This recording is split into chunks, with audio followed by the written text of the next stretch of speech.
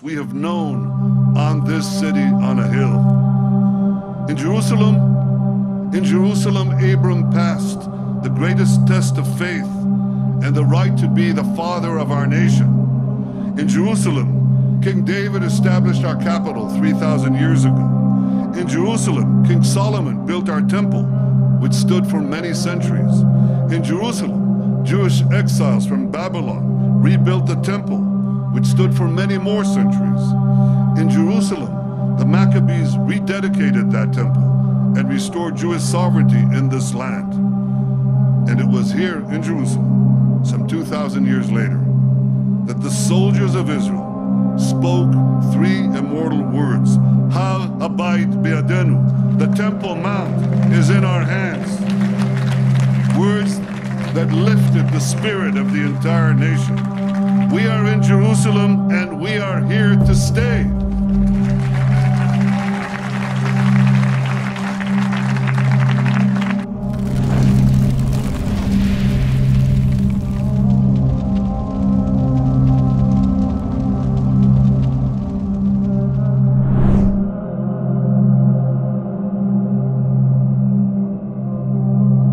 ইন্নাল হামদুলিল্লাহ ওয়া সালাতু ওয়াস সালামু আলা রাসূলিল্লাহ আম্মা বাদ। কিছুদিন আগে ইসরায়েলের জনপ্রিয় পত্রিকা হারেজের একটি নিউজ আমার নজরে আসে, যাতে ইসরায়েলের হেলথ মিনিস্টার ইয়াকুব লিজম্যানের একটি মন্তব্য উল্লেখ করা হয়, যাতে বলা হয়, আমরা দোয়া করছি এবং আশা করছি যে পাসওভারের আগেই দাজ্জাল এসে পৌঁছাবে। পাসওভার তাদের একটি ধর্মীয় উৎসব। নিউজটি প্রকাশিত হয় 16 মার্চ 2020-এ। ইসরায়েলের আরেকটি জনপ্রিয় পত্রিকা ইসরায়েল টুডের আরেকটি নিউজ আমি দেখি, যার শিরোনাম ছিল ইসরায়েলি রাব্বি বলেছেন তিনি ইতিমধ্যেই দাজ্জালের সঙ্গে দেখা সাক্ষাৎ শুরু করেছেন। নিউজটি প্রকাশিত হয় 15 অক্টোবর 2020-এ। এই নিউজ দুটি পড়ে আমি একটু আশ্চর্য হই। ইহুদিরা বিশ্বাস করে ফিলিস্তিন ইহুদিদের প্রতিশ্রুত পবিত্র ভূমি। কিয়ামত পর্যন্তের জন্য আল্লাহ তাআলা ফিলিস্তিনকে, বিশেষ করে জেরুজালেমকে ইহুদিদের দান করেছেন। এতে খ্রিস্টান ও মুসলিমদের কোনো অধিকার নেই। তারা অন্যায়ভাবে এই ভূমি কবজা করেছে।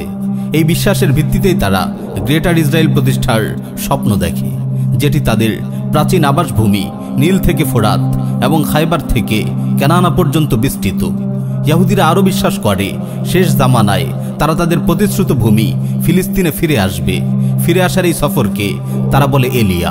বিংশ শতাব্দীর শুরুর দিকে বেলফোর ডিক্লারেশনের মাধ্যমে ফিলিস্তিনের বুকে ইহুদিদের বসতি স্থাপনকে তারা এলিয়া বলে বিশ্বাস করে।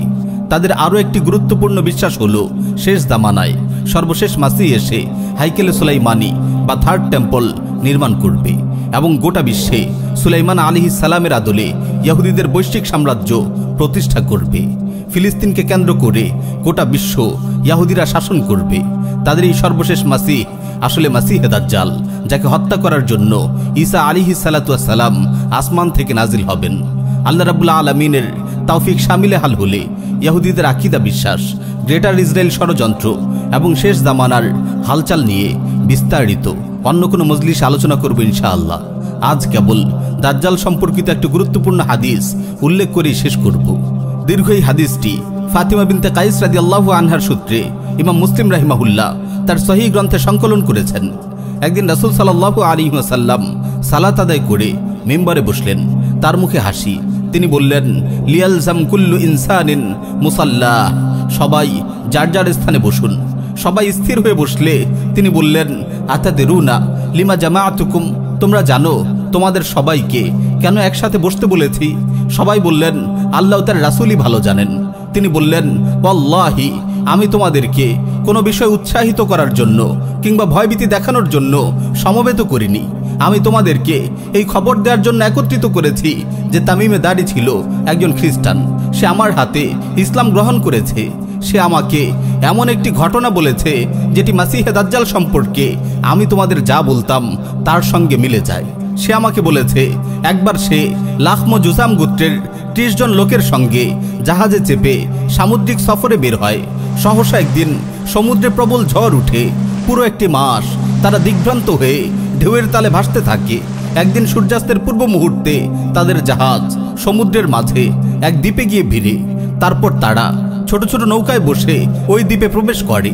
জাহাজ থেকে অবতরণ করা মাত্রই প্রচুর লোমযুক্ত এক অদ্ভুত প্রাণীর সঙ্গে তাদের সাক্ষাৎ ঘটে। অত্যধিক কেশ দিয়ে সারা গা ঢাকা থাকার কারণে প্রাণীটির অগ্রপশ্চাৎ কিছুই বোঝা যাচ্ছিল না।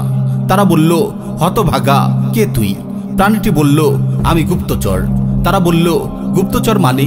প্রাণীটি বলল, হে লোকেরা, তোমরা আশ্রমে ওই ব্যক্তিটির কাছে চলো, কারণ তিনি তোমাদের সংবাদ জানার জন্য অধীর আগ্রহে অপেক্ষারত। তার মুখে এক লোকের কথা শুনে আমরা শঙ্কিত হলাম যে সে আবার শয়তান না তো, তাই দ্রুত তার কাছ থেকে সরে পড়লাম। আমরা আশ্রমে ঢুকে এক অতিশয় দীর্ঘাকৃতির লোককে দেখতে পেলাম, যার 2 হাঁটুর মধ্য দিয়ে উভয় হাত ঘাড়ের সাথে একত্রিত করে লোহার শেকলে বাঁধা। আমরা তাকে বললাম, তোর সর্বনাশ হোক, কে তুই? সে বলল, তোমরা আমার সন্ধান কিছু না কিছু পেয়েই গেছো, এখন তোমরা বলো তোমাদের পরিচয় কি? তারা তাদের পরিচয় দিল এবং এই দ্বীপে কিভাবে এসেছে তা খুলে বলল। লোকটি বলল, আমাকে তোমরা বাইসানের খবর দাও। বাইসানের খেজুর গাছগুলো কি এখনো ফল দেয়? তারা বলল, হ্যাঁ। সে বলে, সেদিন বেশি দূরে নয় যেদিন গাছগুলোতে কোনো ফল ধরবে না। বাইসান বর্তমান ইসরায়েলের উত্তর জেলার একটি শহর। আশ্চর্যের বিষয় হলো, বর্তমানে বাইসান শহরে সত্যি সত্যি খেজুর গাছে ফল ধরছে না। এরপর সে বলল, আমাকে তবারিয়া উপসাগরের খবর দাও, সেখানে কি এখনো পানি আছে? তারা বলে, সেখানে প্রচুর পানি আছে। সে বলল, অচিরেই সেখানকার পানি শেষ হয়ে যাবে। তবারিয়া উপসাগর বর্তমানে সি অফ গেলিলি বা গেলিলি সাগর নামে পরিচিত। এটি সিরিয়া, জর্ডান ও ইসরায়েল সীমান্তের কাছে ইসরায়েলের উত্তর পূর্ব অংশে গোলান হাইটস এবং গেলিলি অঞ্চলের মাঝখানে অবস্থিত। আশ্চর্যের বিষয় হলো, 2018 সালের 27শে আগস্ট আল আরাবিয়া প্রকাশিত একটি রিপোর্টে বলা হয়, তবারিয়া উপসাগরের পানি বছরের পর বছর ধরে কমতে কমতে ব্ল্যাক লাইনের কাছাকাছি পৌঁছতে যাচ্ছে। 2018 সালের ডিসেম্বরে iNews 24-এ অনুরূপ একটি রিপোর্ট প্রকাশিত হয়। After years of shrinking water levels, Israel's Sea of Galilee is inching near the black line, only 2 centimeters away from irreversible damage. সে আবার বলল, আমাকে জুগার ঝর্ণার খবর বলো, সেখানে কি এখনো পানি আছে? তারা বলল, সেখানে প্রচুর পানি আছে, লোকেরা সে পানি দিয়ে চাষাবাদ করছে। জুগার ঝর্ণা বুহাইরা তাবারিয়ার দক্ষিণে জর্ডান উপত্যকায় অবস্থিত। তারপর সে বলল, তোমরা আমাকে উম্মিদের নবীর ব্যাপারে খবর জানাও, সে এখন কি করছে? তারা বলল, তিনি মক্কা থেকে হিজরত করে মদিনায় চলে এসেছেন। সে জিজ্ঞাসা করল, আরবের লোকেরা কি তার সাথে যুদ্ধ করেছে? আমরা বললাম, হ্যাঁ করেছে। সে বলল, সে তাদের সঙ্গে কিরূপ আচরণ করেছে? তারা বলল, তিনি আরবের পার্শ্ববর্তী এলাকার উপর জয়ী হয়েছেন এবং তারা তার বশ্যতা স্বীকার করে নিয়েছে। সে বলল, এটা কি হয়েই গেছে? তারা বলল, হ্যাঁ। সে বলল, বশ্যতা স্বীকার করে নেয়াই জনগণের জন্য কল্যাণকর ছিল। এখন আমি নিজের ব্যাপারে তোমাদের কি বলছি, আমি মাসিহে দাজ্জাল। অতি সত্বর আমি এখান থেকে বের হবার অনুমতি পাব। এখান থেকে বেরিয়ে আমি সমগ্র পৃথিবী প্রদক্ষিণ করব। 40 দিনের মধ্যে এমন কোনো জনপদ থাকবে না যেখানে আমি প্রবেশ করব না। তবে মক্কা ও তাইবা এই 2 স্থানে আমার প্রবেশ নিষিদ্ধ। যখন আমি এই দুটির কোনোটিতে প্রবেশ করতে চাইব, তখন এক ফেরেশতা খোলা তরবারি হাতে সামনে এসে আমাকে বাধা দেবে। এই দুটি স্থানের সকল রাস্তায় ফেরেশতাদের পাহারা থাকবে। এ পর্যন্ত বলে রাসূল সাল্লাল্লাহু আলাইহি ওয়াসাল্লাম তার হাতের লাঠি দিয়ে মিম্বারে আঘাত করে বললেন, হাযিহি তাইবা, হাযিহি তাইবা, হাযিহি তাইবা। এ হচ্ছে তাইবা, এটি তাইবা, এটি তাইবা। মনে করে দেখো, আমি কি এই কথাটি ইতিপূর্বে তোমাদেরকে বলিনি? তখন লোকেরা বলল, হ্যাঁ আপনি বলেছেন। রাসূল সাল্লাল্লাহু আলাইহি ওয়াসাল্লাম বললেন, তামিমে দাড়ির কথাটি আমার খুবই ভালো লেগেছে, যেহেতু তা আমি তোমাদেরকে দাজ্জাল, মদিনা এবং মক্কা সম্পর্কে ইতিপূর্বে যা বলেছি তার সঙ্গে সামঞ্জস্যপূর্ণ। জেনে রেখো, উল্লেখিত দ্বীপটি সিরিয়া সাগরে অথবা ইয়েমেন সাগরের পার্শ্বস্থ সাগরে অবস্থিত, যা পৃথিবীর পূর্ব দিকে অবস্থিত, পৃথিবীর পূর্ব দিকে অবস্থিত, পৃথিবীর পূর্ব দিকে অবস্থিত। এই বলে তিনি নিজ হাতে পূর্ব দিকে ইশারাও করলেন। প্রিয় ভাই ও বোন, ইসরায়েলের সাবেক প্রেসিডেন্ট নেতানিয়াহু সুস্পষ্ট ভাষায় তাদের ইহুদি এজেন্ডাগুলোর কথা সদর্পে ঘোষণা করেছে। ইহুদিরা বাইতুল মাকদিস ভেঙে 3rd টেম্পল নির্মাণের প্রস্তুতি শুরু করেছে। ইহুদি রাব্বিরা দাজ্জালের সঙ্গে যোগাযোগ করার দাবি করছে।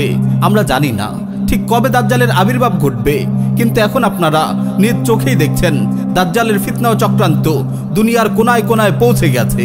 এই হাদিস থেকে স্পষ্ট হয়ে যায় আর অগণিত বড় বড় ফিতনা ও বিপর্যয় আমাদের দিকে ধেয়ে আসছে।